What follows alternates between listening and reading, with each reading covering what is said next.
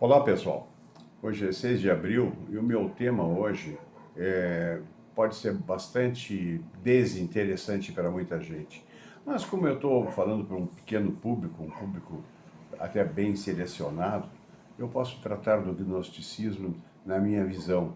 Eu tenho lido e visto comentários no Facebook, no YouTube, sobre esse assunto nas últimas semanas. E agora, depois de passar da Páscoa, achei também que era um momento oportuno de falar sobre o gnosticismo, até porque a gente não tem como falar do gnosticismo sem falar no cristianismo. Na minha visão muito particular, que eu já venho cultivando nos últimos 15 anos, eu separo o problema do gnosticismo para dois momentos. Há dois momentos para se estudar o gnosticismo. O primeiro deles acabou há muito tempo, já faz então muitos séculos. O gnosticismo é um fenômeno místico religioso de origem judaica e pseudo-cristã lá por volta do primeiro século e do segundo século. Não há como falar em gnosticismo antes de Cristo, digamos. Porém, como vocês vão logo perceber, como eu separo em dois momentos, o momento principal, então, é o verdadeiro nascimento do gnosticismo na forma de gnósticos, isto é, de pessoas que escreveram e que são reconhecidas como gnósticas. Esse é o primeiro século, que avança o segundo século e alcança também o terceiro século. Então é algo em torno de 200 e poucos anos, desde os primórdios do cristianismo. O outro momento do gnosticismo é o momento atual, o momento do século XX, século XIX, XX e XXI. Esqueço isso aí. Qualquer coisa que falar de gnosticismo agora no século XX não faz mais nenhum sentido. É pura perda de tempo. Eu não estaria aqui falando de gnosticismo do século XX, XX, XXI. É uma bobagem para mim muito grande. Esqueçam Eric Wegelin. Esqueçam isso. Esqueçam também os praticantes, se passam por cardeais ou bispos gnósticos. Esqueça essa gente. Se fixem apenas no que eu vou contar para vocês. O gnosticismo dos dois primeiros séculos. Pois bem, o gnosticismo tem uma característica que ninguém deixa de reconhecer, que ele prefere o espírito à matéria. Isso é uma característica fundamental. Mas também isso não é próprio só do gnosticismo. Isso já tem raízes muito anteriores. Eu diria milhares de anos antes da época cristã, já havia essa percepção, essa visão, essa cosmovisão do mundo sendo criado por um ente que a gente não pode conhecer, não pode palpar, não pode, ele é incognoscível. E a gente só pode saber dele através de suas emanações. Essa história de emanações é tão antiga quanto as religiões egípcias, né? Sumerianas e tudo mais. Então é uma coisa muito antiga, não é nenhuma novidade. Não é judaico, não existia judaísmo antes do ano 1177, então pode esquecer, não existia nem judeus antes do ano de 1177, então pode esquecer.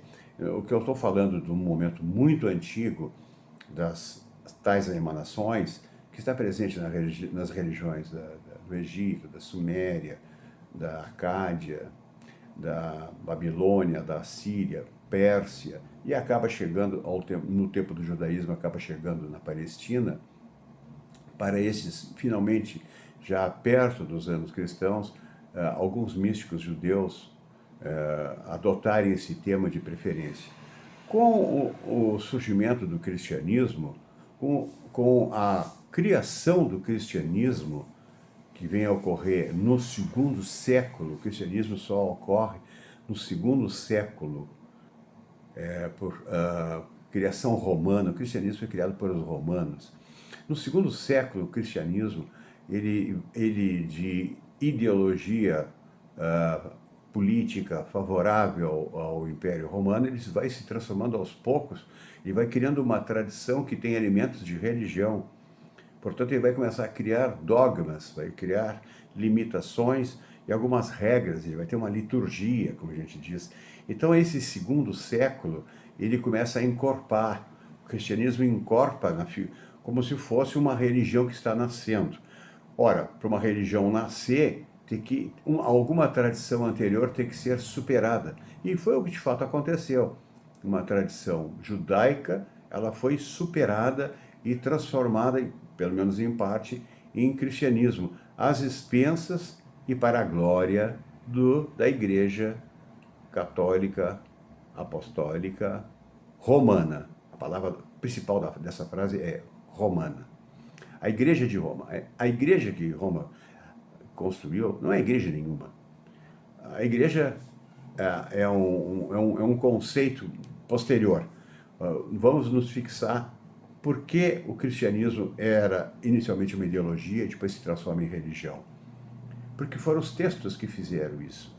Foram os criadores, os escribas, os escritores, os intelectuais que fizeram textos sobre a vontade, sobre a tutela romana. Aliás, só podia se escrever aquilo que os romanos permitissem que acontecesse.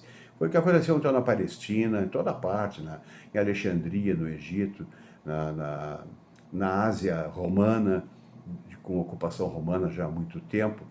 Todo o domínio romano no Oriente produziu, no primeiro século especialmente, quando houve a guerra dos judeus contra os romanos, houve uma reação romana violenta, militar, que acabou praticamente com o judaísmo naquele instante, tornando uma religião insignificante e pequena, quantitativamente pequena, porque houve um banimento, uma perseguição de judeus.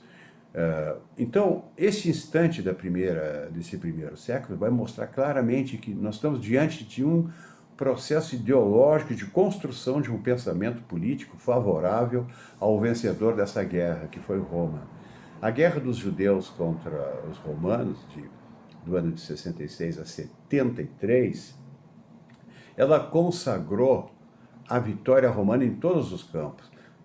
Roma assegura seu poder político, econômico e se livra dos rebeldes judeus e seu messianismo revolucionário assassino que se insurgiu contra a ocupação romana.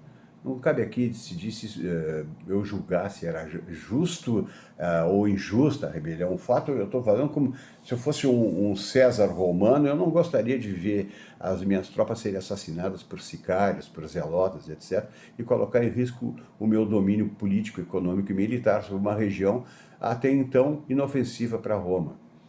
É bom lembrar que os judeus também se revoltaram antes, dessa vez na revolta dos Macabeus, dessa vez contra a ocupação helenística ou grega, que eles travaram uma luta que durou muito tempo, durou mais de 100 anos. Quando os romanos chegaram na região, eles pacificaram, tornando reis judeus uns fantoches nas mãos deles, e assim ficou. Esse é o primeiro século, até que chega depois de 66, aí a coisa fica insustentável, e há uma guerra de fato. Roma reage violentamente contra a ideologia messiânica judaica de alguns poucos. O movimento revolucionário assassino dos judeus fez com que Roma salivasse de prazer para destruí-los. Eles pediram e Roma atendeu o pedido. Roma não só destrói o inimigo físico, material, como cria também um discurso pacifista. O nome desse discurso é cristianismo.